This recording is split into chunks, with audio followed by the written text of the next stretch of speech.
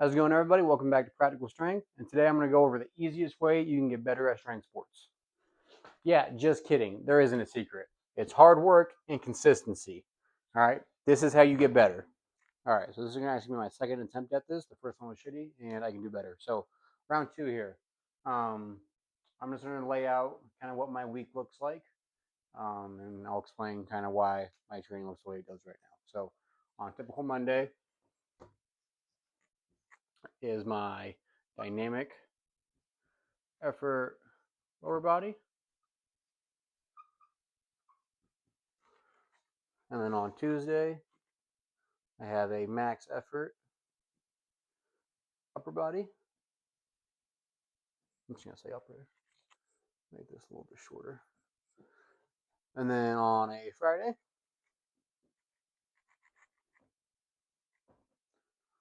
I have a max effort lower body. And then Saturday, I have a dynamic effort upper. So, typical West Side split. And the reason why it's laid out this way is because I want to space this out so I can hit my three different training adaptions that's the most important for strength sports. So those adaptions are going to be power, strength, and hypertrophy.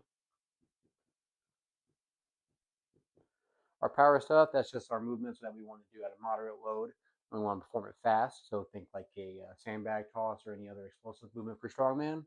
Strength, that's going to be our heavy grinding movements, so think like deadlift max, log press max. That's that right there. And then hypertrophy, this is just going to mostly be for general muscle health and just to make sure we're able to handle the intensities that we're going to get from training those two adaptions there.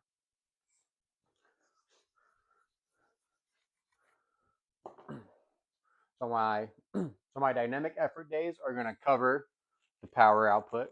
My max effort days are going to cover the strength output, and then I'll sprinkle the hypertrophy in there as needed. So a typical day for dynamic effort is going to look like I'll do my warm up stuff. That's blah blah blah, and then after that I do my main movement, which for a dynamic effort lower body day for me right now is going to be banded speed squats.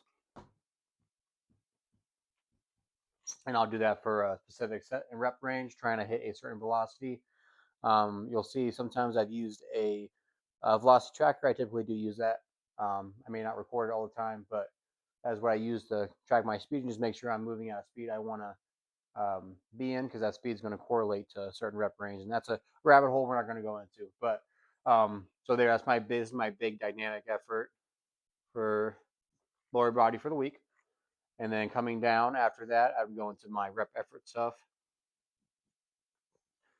So before you've seen me, I do a lot of split squat variations, maybe some hamstring stuff.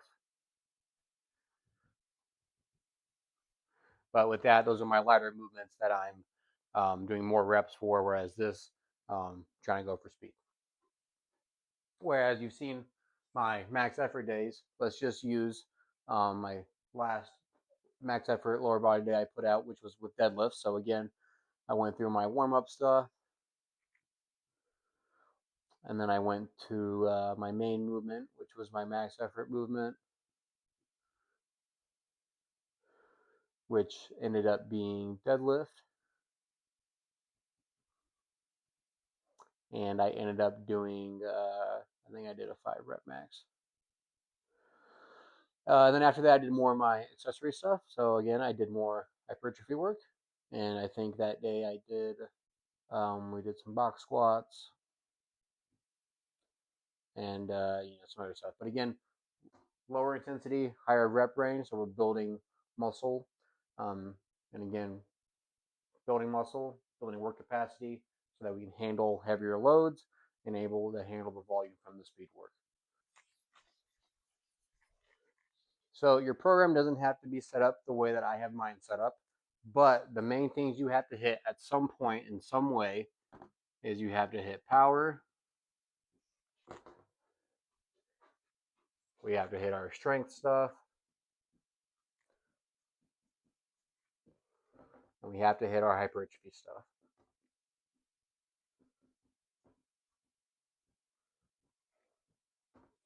Again, recapping from what I said for my personal example, power,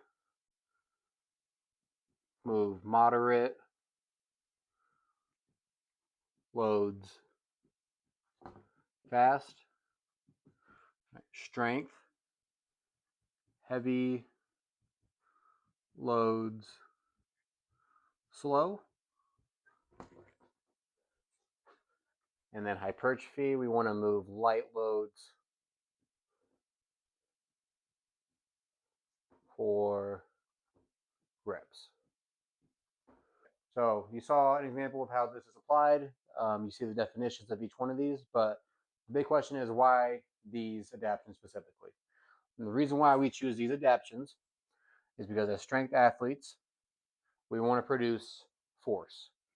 And if you're a science nerd or just a big math guy, you know that force equals mass times acceleration. So again, as strength athletes, we want to produce the most amount of force. So in order to do that, we have to add our ability to accelerate and our ability to produce a lot of force.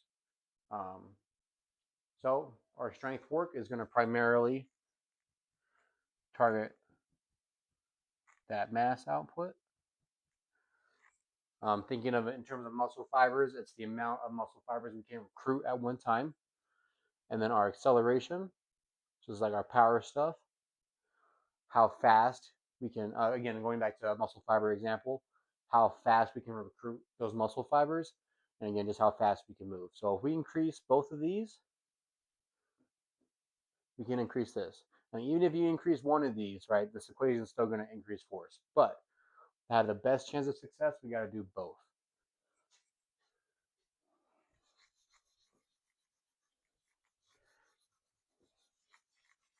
Okay, so as far as like sets and reps and intensities go for this, when we're talking about moderate loads, we're talking mostly between 70% to 30%.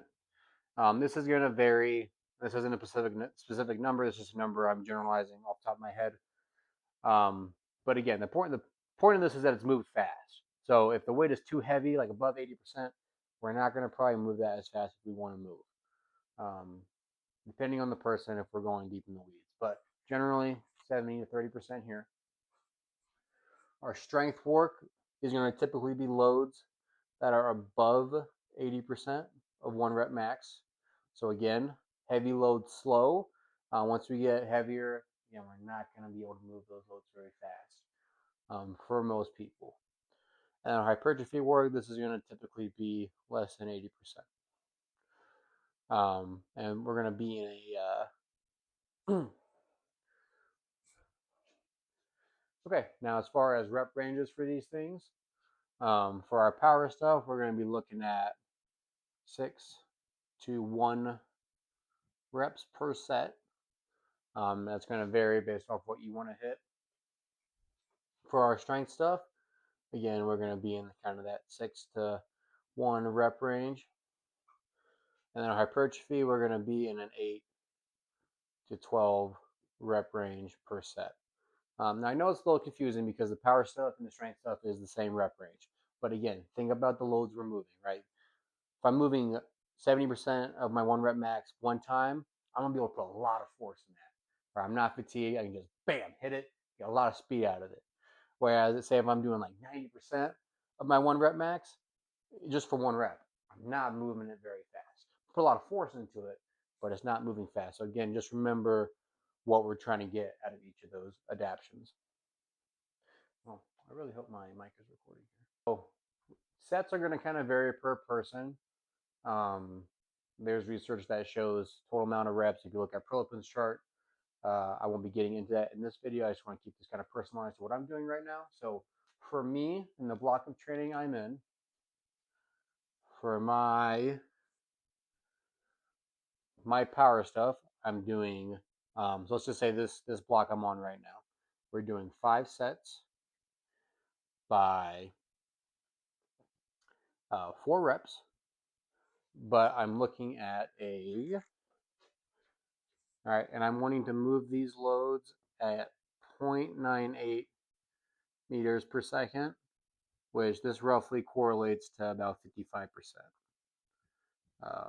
If I'm going off my head right. So again, right, we're looking at this rep range, right? That's our intensity, roughly 55%. Our reps, we're moving at, sorry, so our intensity range is 70 to 30%. We're at 55% roughly. And then our reps per set, we're at 4. So we're moving moderate loads fast. For my strength work, again, we're sticking with 5 sets. And we're sticking with 4 reps. But with this, I'm using an RPE scale. So my RPE is going to range from first week is going to be about a 7 out, or a 5 out of 10. But for my max week, let's go off of that. My max week that I'm going to do, my rep range is going to be, my RPE is going to be at a 9. So I'm pushing myself hard, but I'm still leaving just a tiny bit of room in the tank so that I can still recover from it and not be so tanked out. And then for my hypertrophy work, I'm working at 3 sets for 10 reps, and that one is again a RPE scale at 9. My sets for these are going to vary. So as you saw a few videos ago, about a month ago, I was in more of a hypertrophy block, so I wasn't even doing any of this stuff. This stuff was my strength work and my power work was just kind of on the back burner, and I just wanted to put on a lot of mass, a lot of work capacity. So I was doing a lot of hypertrophy work, and this was at a 5 by 10, which sucks, right? But I did that because now I have a bigger work capacity, and so now I can handle these heavier loads in this block right now. And you're gonna see as this transitions, my next block, I'm still gonna stay with 5 sets, but this is gonna become a 5 by 3. This again will become a 5 by 3. Again, loads are gonna be different. And this is gonna transition. It's either gonna stay at 3 by 10 or I'm going to transition to 3 by 8 for those reps there. But the reason being for that is just as I get closer to Illinois Strongest Man, I'm wanting to work to a heavier and heavier load. So by the time I'm 2-3 weeks out, I want to be hitting the max intensity my body can so that I can recover real quick and then be able to hopefully use that at Illinois Strongest Man. Okay, I know that was probably pretty confusing, and a lot of questions are probably being had right now, so go ahead and leave those in the comments.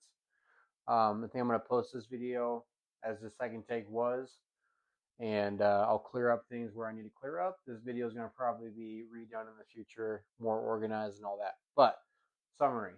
If you're going to train strongman, you need to hit your power, you need to hit strength, you need to hit hypertrophy, or else you're going to probably just crumble. So, if you like that, leave a comment, leave a like. If you have feedback, love to hear it. If not, thank you for watching. We'll catch you in the next one.